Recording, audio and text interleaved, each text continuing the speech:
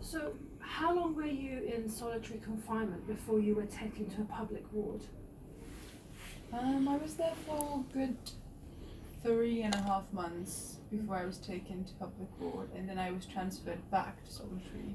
So in total, I was there for 7 months. What was the public ward like? Did you meet other prisoners? What was it like? I did, yeah. It was kind of like this hub of female intellectuals from a very wide and differing spectrum of political ideologies, all put into a tiny space, and it was quite at times humorous, at times very infuriating, sometimes a source of great inspiration, but most of the time was just kind of people agreeing and coming to coexist, really. You've told me about some of the stories of the public ward, the kind of things you heard about another prison, Garchak. Yeah. So tell me about that, what kind of things you heard and what it was like in Garchak. Well, Garchak is a much larger female prison in somewhere, I think, South Tehran. I haven't been there personally, but it was a place where you would be taken if you were rebellious, or if you were still kind of, after all the physical and psychological torture, if you were still being stubborn and kind of not cooperating with them by telling them the truth or whatever they wanted to hear. So I did hear quite a few horror stories from different female prisoners who did end up being Garchak. One of them being Atana Faradani, who's now a renowned artist, a cartoonist actually, and she was in Garchak for 28 days, I believe, and the whole 28 days she was in a hunger strike, and in the end she ended up having a heart attack, and she was in her mid-20s. She did survive it. I think all I'm just trying to say is that that's the level of horror and kind of... You talked about the women would rape each other there. Well, that's what she said. She said that, especially if you were quite petite, and if you were a new one, if you were mostly like if you were a political prisoner who actually hadn't committed a crime that would, in other countries also be constituted as a crime, and you were kind of there just because of your political opinions, then you would be seen as this kind of more inferior subject that they could force to do things, or in worst case scenarios, rape and sexually assault. Yeah, and isn't it right that you would go to, in Garchak, women prisoners would go to the bathroom, and the hose was bloody from the attempted rapes? Yes, that's one of the things she also told me, that one of her recollections of what she experienced in Garchak. It's absolutely horrible. Yes, I mean I don't know how female to female rape occurs. I don't want to know sincerely, but I guess the way she had quite graphically described it, I just realized that they use other stuff, but I think it's more to hurt the opposite person that they're doing it to, rather than kind of for sexual pleasure. Of course, absolutely. And obviously there have been a lot of famous prisoners in Iran's prisons. Rehana Jabari, a lady who killed her rapist in self-defense, and she was executed. Yeah. And there's many human rights activists and so on. So you were telling me that the male interrogators would be aggressive with you, but the female guards were nice. Do you have any sort of specific memories from any of the anything they said to you that sticks out in your mind? I wouldn't describe the female wards as necessarily nice. It was just that in comparison to their male counterparts, I bonded with them better because they were the ones that I could see without blindfold on, and they were there 24/7. They were the ones taking me to shower. They were the ones taking me to bathroom, giving me food. So there inevitably grew this kind of a bond. Yeah. And there was a younger girl. I think she was studying her master's or PhD in English literature, and she would sometimes come around.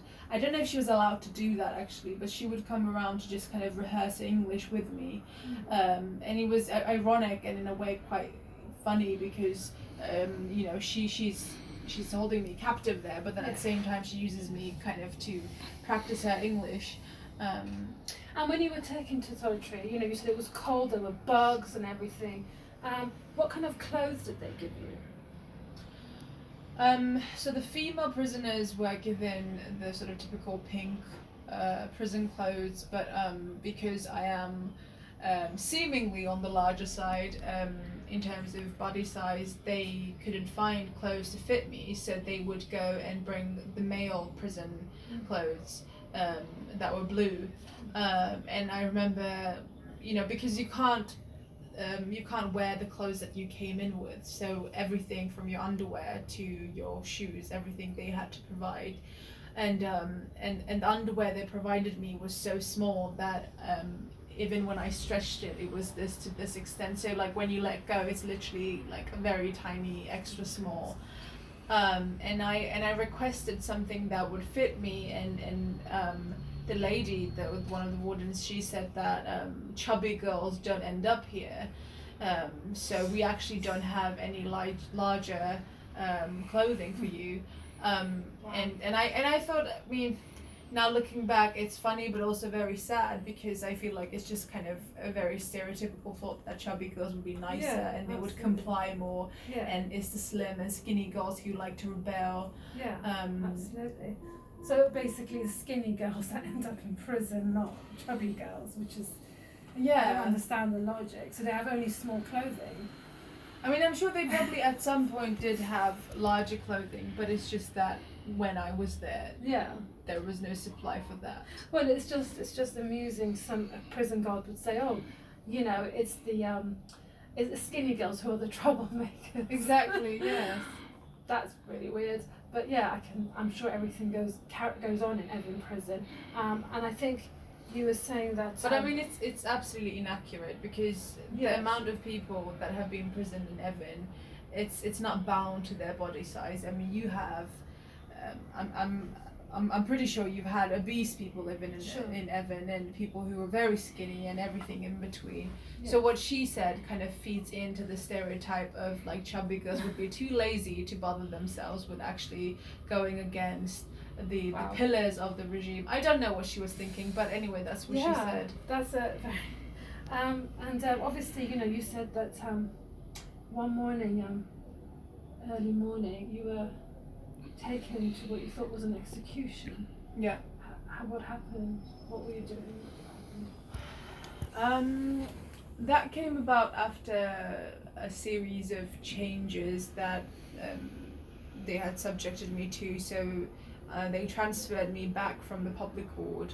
And I remember when I was first transferred, everyone in the public ward, they thought that I was being released. And I was the youngest one in the ward, so everyone was very jubilant and they were very happy, and I just remember everyone was kind of like sobbing and hugging me, and it was interesting that within 30 days of my stay in the public ward, we had embraced each other and almost like cherished this temporary friendship that would have never existed beyond the walls of Evin. Because people like that just don't come together. It's not that you all agree on everything. It's very different groups of people. Anyway, so I was transferred back to solitary cell, and I was told that they weren't happy with the way I was cooperating and I wasn't telling the truth, and that the court had asked the prison to kind of carry out with the death sentence. And so for approximately 20 days, based on the way I counted it, I mean, it's very hard to keep track of the days, but for about 20 days, nobody came to see me.